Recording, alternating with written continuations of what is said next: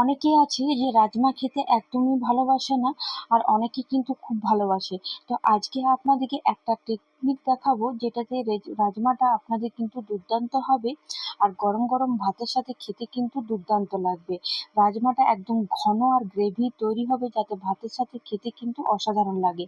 আর একটা কথা, আজকের রান্নাটা পুরোপুরি প্রেসার কুকারে করব, একদম কম ঝামেলার মধ্যে। তো তার জন্য গ্যাসে আমি একটা প্রেসার কুকার চাপিয়ে নিয়েছি, আর এদিকে সর্ষের তেল অ্যাড করে পেঁয়াজটাকে ভালো করে ভাজতে দেব। পেঁয়াজটাকে আমি কিন্তু লম্বা লম্বা করে কেটেছি, আর এখানে আমি একটা বড় সাইজের পেঁয়াজটাকে আমি বেরেস্তা হিসাবে ইউজ করব, তাই এখানে একটা লম্বা লম্বা করে পেঁয়াজটা আমি কেটে নিয়েছি, আর একটা মিডিয়াম সাইজের পেঁয়াজ নিয়েছি যেটাকে আমি গ্রেভিতে তৈরি করব। আর এখানে আমি টমেটোটাকে কেটে নিলাম, আর তার সাথে আমি একটু আদা, কাঁচা লঙ্কা, রসুনকে আমি থেতো করে নিয়েছি। আপনারা চাইলে সেটা কিন্তু মিক্সি বাটিতেও করতে পারেন। এখানে দেখুন আমার বেরেস্তা তৈরি হয়ে গেছে, আমি একটা পাত্রে নামিয়ে নিলাম। আর ওই তেলের মধ্যেই আমি কিছু মশলা অ্যাড করলাম, যেমন একটা শুকনো লঙ্কা, তেজপাতা, গোটা জিরে, একটা এলাচ, দারচিনি, গোলমরিচ, সব কিছু অ্যাড করে, আর তার সাথে অবশ্যই হিং অ্যাড করবেন।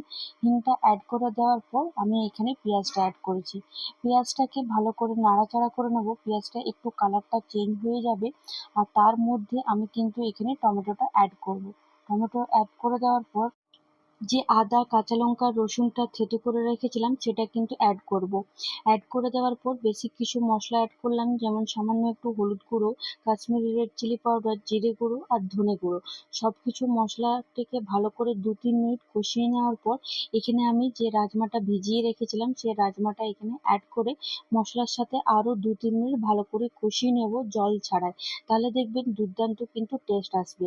আর একটা কথা আপনাদেরকে বলতে ভুলে গেলাম, আদা, কাঁচা লঙ্কা, রসুনের পেস্টটা কিন্তু আগে অ্যাড করবেন না, টমেটো দেওয়ার সময় অ্যাড করবেন, না হলে দেখবেন প্রেসার কুকারে লেগে যাচ্ছে। এখানে আমার খুব ভালো করে কষানো হয়ে গেছে, এরপর আমি জল অ্যাড করে দিলাম, আর জলটা কিন্তু অবশ্যই গরম জল অ্যাড করবেন। আর এরপর জল অ্যাড করে দেওয়ার পর সামান্য একটু গরম মশলা অ্যাড করে ঢাকা দিয়ে রেখে দেবো।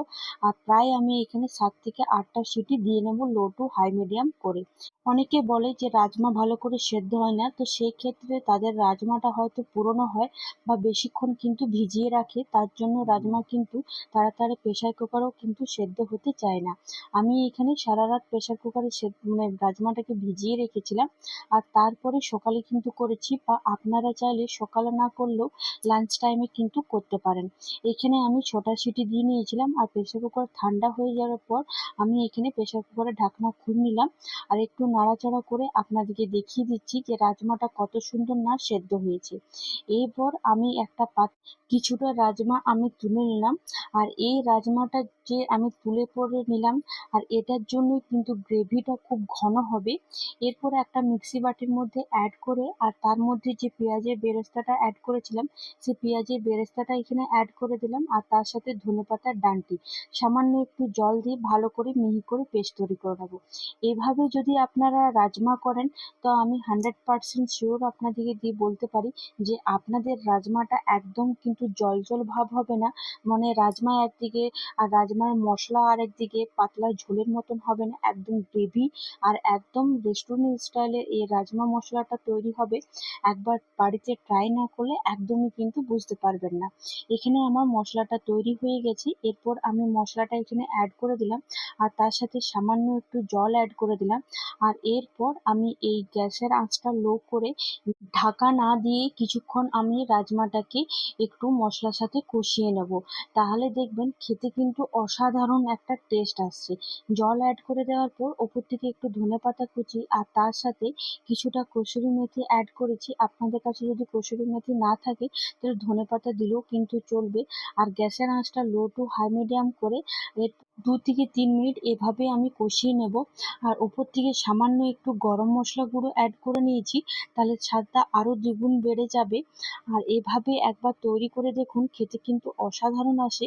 এটা আপনারা গরম গরম জিরা রাইসের সাথে খেতে পারেন। আর যদি আপনারা চান যে জিরা রাইসের ভিডিও চাইলে অবশ্যই আমাকে কমেন্টে জানাবেন, তাহলে আপনাদের সাথে অবশ্যই শেয়ার করব যে কিভাবে চটজলদি আপনারা জিরা রাইস বানিয়ে নিতে পারেন। আর আমাদের তৈরি হয়ে গেল একদম রেস্টুরেন্ট স্টাইলের রাজমার রেসিপি। আশা করি আপনাদের ভালো লেগেছে, এভাবে পাশে থাকুন। অসংখ্য ধন্যবাদ। আবার নতুন কোনো ভিডিওর সাথে দেখা হবে। আজকের মতন এখানেই, বাই বাই।